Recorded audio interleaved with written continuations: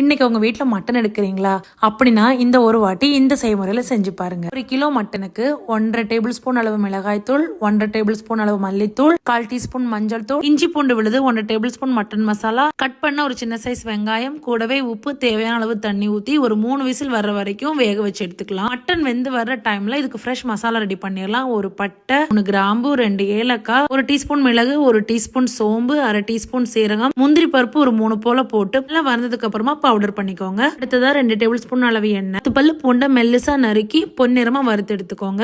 அதே எண்ணெயில ஒரு பெரிய வெங்காயம் நல்லா வதங்கினதும் நம்ம வேக வச்சு எடுத்துக்கிட்ட மட்டனை சேர்த்துடலாம். சேர்த்து இப்போ இந்த தண்ணி சுண்டி வர்ற அளவுக்கு மூடி வச்சு நல்லா கொதிக்க விட்டுருங்க. கடைசியா ரெடி பண்ண ஃப்ரெஷ் மசாலா, வறுத்து எடுத்துக்கிட்ட பூண்டு, ஒரு கைப்பிடி அளவு கொத்தமல்லி சேர்த்து திறந்து வச்சே நல்லா சுண்ட விட்டு இறக்கிடலாம். சுட சுட ரசம், சாம்பார் சாதத்தோட சும்மா அள்ளும் டேஸ்ட். ட்ரை பண்ணி பாருங்க. சப்ஸ்கிரைப் பண்ணி சப்போர்ட் பண்ணுங்க.